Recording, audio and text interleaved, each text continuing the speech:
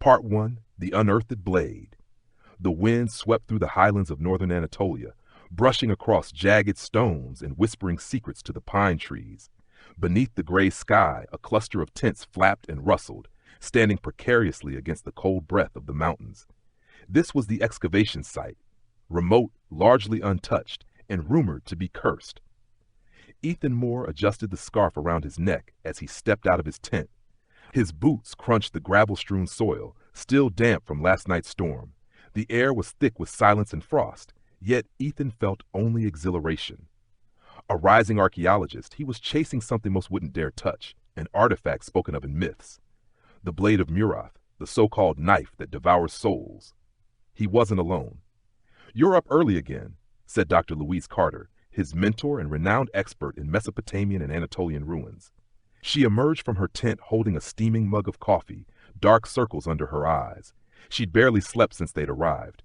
"I had that dream again," Ethan replied, staring toward the dig site. Louise frowned. "The one with the cloaked figure?" He nodded. "Same one. Standing over a stone altar, the blade gleamed red even though there was no sun. And then he stopped. Saying it aloud made it worse. "And then it turned towards you, didn't it?" "Yes." Louise sipped slowly, thoughtful. "You need to be careful with obsessions like this, Ethan. Some things were buried for a reason." Before Ethan could respond, a sharp voice interrupted them. "Dr. Moore, we found something." It was Maya, their local guide and translator, running up the hill toward them. She was out of breath, her eyes wide. "What is it?" Louise asked. "Something buried in the southern trench. Stone box, sealed, and carved symbols on top." Ethan's heart leapt. He knew what it was. They raced down to the trench, where a group of workers huddled nervously around a pit. In the center lay a partially unearthed rectangular stone box, maybe 3 feet long, its lid lined with strange markings. Some were pictographs Ethan had seen before, tied to early Anatolian cults. But others were unfamiliar, twisting shapes that felt wrong just to look at. "No one's opened it," Maya said. Some of the crew refused to dig further. Ethan dropped to his knees beside the box. The symbols throbbed in his vision. Louise crouched beside him, brushing away dirt with gloved fingers. "These aren't decorative. They're warnings. Or protective seals," Ethan whispered. "We have to open it." "Ethan." "It could be the blade, Louise." Against her better judgment, Louise nodded. "Fine, but we do this by the book." They photographed the box, documented every symbol, and then slowly pried the lid open with crowbars. The stench hit them first, a heavy metallic rot, like ancient blood baked into stone. Inside lay a cloth-wrapped object, longer than a dagger, shorter than a sword.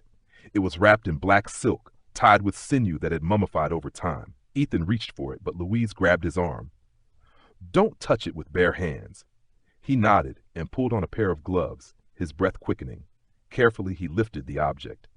It was light, unnervingly so. They brought it back to the base tent and laid it on the table under floodlights. The team gathered in silence. Ethan unwrapped the silk. A knife emerged. The blade was obsidian black, but with veins of dark red pulsing like dried blood beneath glass.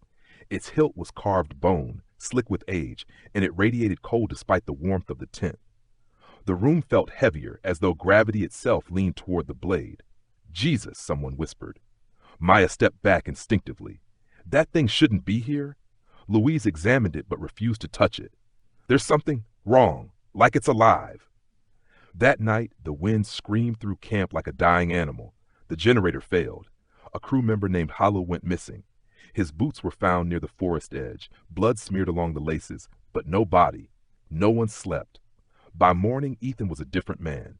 He sat alone in the tent, staring at the knife under a glass case. His eyes were bloodshot. Louise found him tracing its shape with his fingers on the glass. "You need to rest," she said gently. "I dreamed again," Ethan whispered.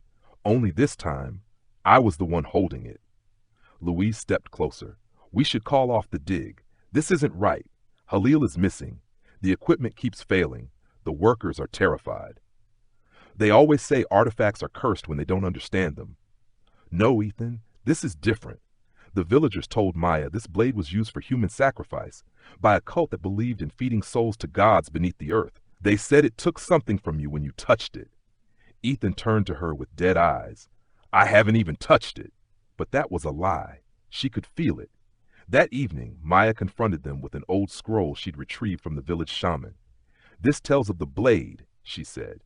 "It was sealed by a blood rite, 5 hearts, 5 guardians, to trap the spirit inside. You opened it. You broke the seal." Louise read the symbols. "The spirit of the collector. It consumes the living to remain in this world. It must be fed, or it takes." Maya nodded grimly. "And now it's hungry." Ethan laughed, hollow and cold. "Myths, just stories to scare people from power they don't understand." "Power?" Louise asked, frightened. "There's something about the knife. I feel stronger. I can sense things, thoughts, feelings." He stood, his shadow stretching unnaturally long against the tent wall. "I think it chose me." Louise reached for her phone. "I'm calling the university. We're getting that thing sealed and shipped to Istanbul." The lights blew out. In total darkness, a shriek echoed outside. When they stumbled out into the night with flashlights, they found another worker collapsed near the trench, his throat slashed, eyes wide with terror. But there were no footprints in the mud around him, nothing but a smear of dark red crawling toward the trees. Maya screamed. Louise turned to Ethan, who stood motionless, still inside the tent, staring at his gloved hands. "It's not me," he said. "It's the knife." That night, no one dared sleep. Maya began chanting protective prayers, placing salt around the tents. Louise scoured ancient texts, desperate to find a way to rebind the spirit, but Ethan sat alone, whispering to something in the dark. By dawn, he was gone, the knife too. They found his tracks heading into the mountains. Hours passed as Maya and Louise followed him along a winding path, deeper into the forest.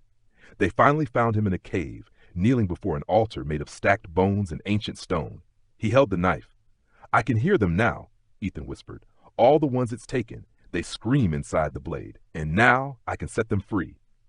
"Put it down," Louise said, voice shaking. "I was chosen." He turned. His eyes were no longer his own. Black veins spidered across his skin. His smile was that of a man possessed. The knife pulsed, its red veins glowing brighter with every heartbeat. Maya raised her ceremonial charm, chanting in the old tongue. The knife screamed, a sound not heard with ears, but with bones. Ethan staggered. Louise ran forward and struck the hilt with a rock. The knife flew from his hand, landing beside the altar. Ethan collapsed, unconscious. Maya rushed forward, chanting louder. She doused the blade in salt and wrapped it back in silk. The cave shook. Rocks fell from the ceiling. A presence screamed in rage. But it was too late. They had touched it, unsealed it.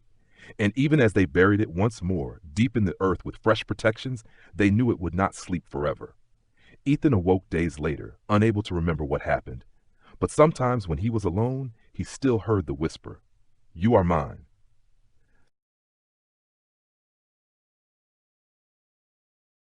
Part 2. The Blood Awakens. The knife was buried, salted, bound by ancient rites, and yet its whispers did not fade. Ethan Moore sat motionless in the recovery ward of a private clinic in Ankara, staring at the white wall in front of him. It had been 12 days since the incident in the Anatolian cave, 12 days since they'd reburied the blade with the rituals provided by Maya's ancestors, and still Ethan could hear them. The voices, low, sinister, endless. He told no one, not Dr. Carter, not Maya, not the doctors, especially not the voice that now whispered only when he was alone. "Feed me." Back at the university, Louise Carter sat at her cluttered desk, surrounded by ancient texts, printouts, and artifact scans. She hadn't left the archaeology department in 3 days.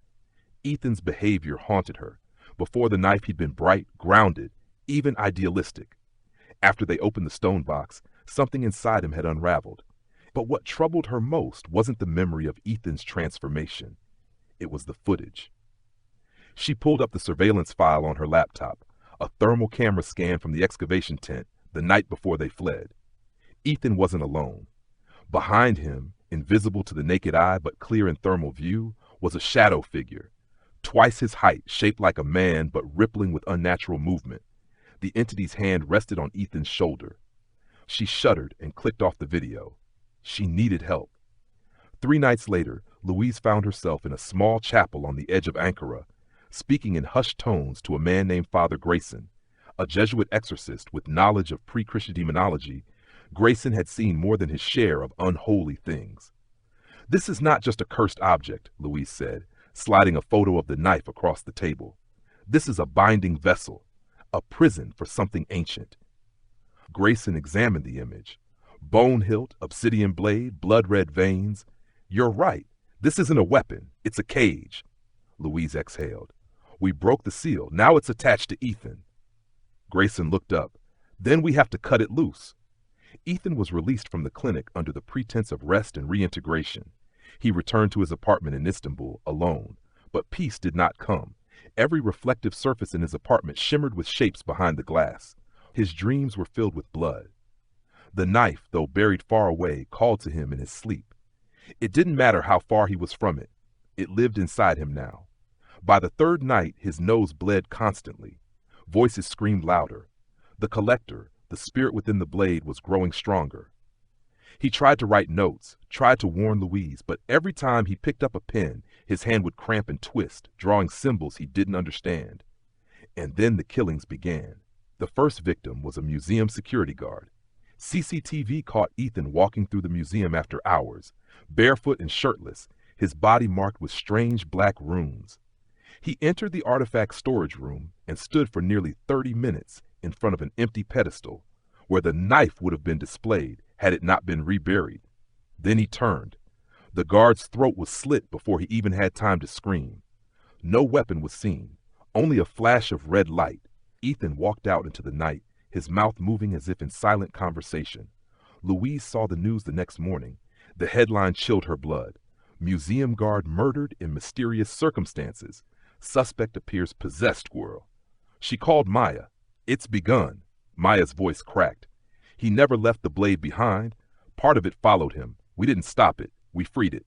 Father Grayson arrived in Istanbul that night. They found Ethan wandering near the Bosphorus, barefoot again, muttering in a dead language. He didn't resist when they approached, just smiled, eerily calm. "I've seen their faces," he said. "Thousands, all screaming, all inside me." "Ethan, come with us," Louise said. "We can help." He tilted his head. "He's almost awake now, the collector. Soon I won't be me anymore." Grayson laid a hand on Ethan's forehead and flinched. His skin burned like a furnace. "Bring him inside," he said. "We don't have long." They took Ethan to an abandoned church near the city outskirts. The place had been prepared, symbols of protection carved into the stone, incense burning, salt rings on the floor. Grayson began the ritual. As he chanted, Ethan screamed, his voice shifting between his own and something inhuman. His body jerked violently, tearing at the ropes holding him down. The temperature dropped sharply. Glass shattered. And then the whispers began, faint voices crawling out of the church walls, echoing Ethan's name. "Join us. Feed us. Bleed for us." Ethan's eyes rolled back. Grayson pressed forward. "Spirit, I command you by the old blood and the sacred fire, reveal your name." Ethan's mouth opened unnaturally wide. From his throat came a guttural voice that was not his. "I am the collector. I take, keep, I consume. You open the seal. Now he is mine." Louise clutched her rosary. Ethan's body levitated 3 feet off the ground, arms outstretched like a crucifixion. The salt lines ignited in blue flame. And then, silence. Ethan fell. Smoke poured from his mouth and eyes. Grayson collapsed to his knees. "It's not gone," he said breathlessly. "It left his body, but it's still near, still tethered." Maya stepped forward. "Then we break the tether." Over the next 3 days, they searched for the knife's burial site. Louise still had the coordinates, but when they arrived, they found the stone tomb broken open again.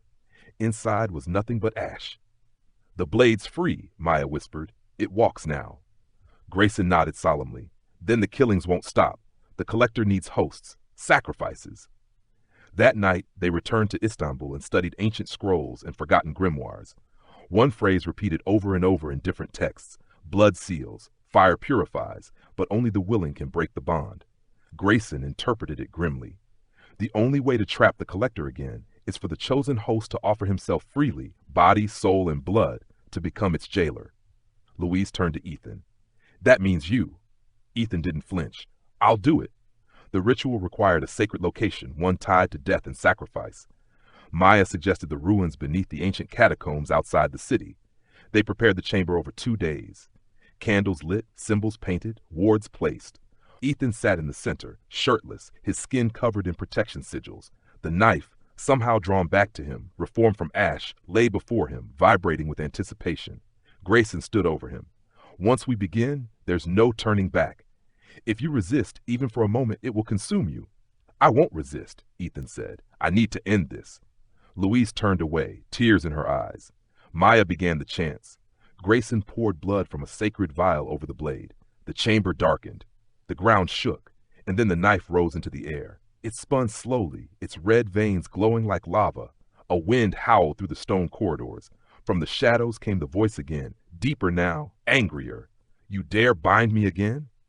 Grayson raised the crucifix. You will return to your prison, collector. The knife plunged forward into Ethan's chest. He gasped, not in pain but in relief. Light exploded from his eyes. The blade melted into his body, sinking through flesh without cutting. The sigils on his skin ignited one by one. Screams filled the chamber, thousands of them. Then silence. Ethan slumped forward, breathing, alive, changed. The collector was sealed inside again. 3 months passed. 3 months passed. Ethan vanished from public life. Rumors swirled, mental collapse, relocation, secret government facility. Louise returned to her lectures. Maya returned to her village. Grayson, however, left behind one final message in his journal. The knife is gone, but the boy still walks. A vessel now. If it wakes again, we'll need more than blood to stop it. And somewhere in the darkness of Ethan's mind, a voice still whispers, feed me.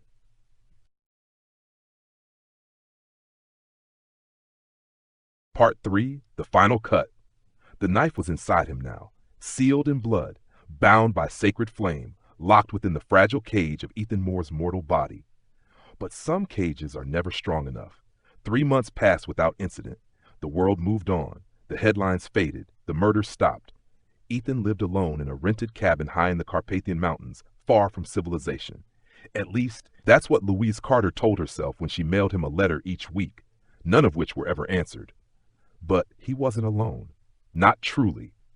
Each night, Ethan sat by the fireplace and listened. Sometimes the whisper came from the walls, sometimes from the mirror, and sometimes from inside his own skull.